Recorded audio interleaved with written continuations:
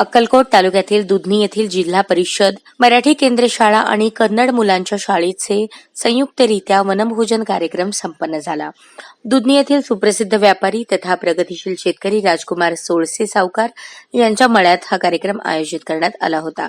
सकाळी 11 वाजता परिपाठानंतर दोन्ही शाळेतील विद्यार्थी रांगेने शेताकडे रवाना झाले. त्यानंतर राजू सोळसे यांनी मुलांसाठी शेतात साफसफाई करून जागा उपलब्ध करून दिली.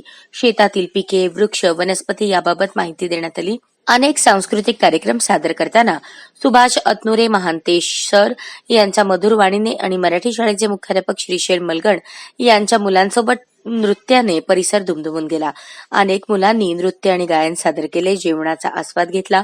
दिवसभर परिसरात वनभोजन संपन्न झाले. यावेळेस कन्नड शाळेचे मुख्याध्यापक दत्तात्रय टोणगे, सहशिक्षक सिद्धाराम गोरे, बसवराज मंत्री, संजीव कुमार बेंडेसूर, रविकुमार कोरसगाव, सुहास पवार, उड्डा सर, सहशिक्षिका शोभा मेत्रे, चंदशेट्टी मॅडम, डोंगराजे मॅडम, अंजली गुंजोटे यांचे सहकार्य लाभले. शेवटी पोमू राठोड यांनी सर्वांचे आभार मानले. अशाच नवनवीन अपडेटसाठी जनता राज्य न्यूज चॅनलला सबस्क्राईब करा, लाईक करा आणि शेअर करायला विसरू नका.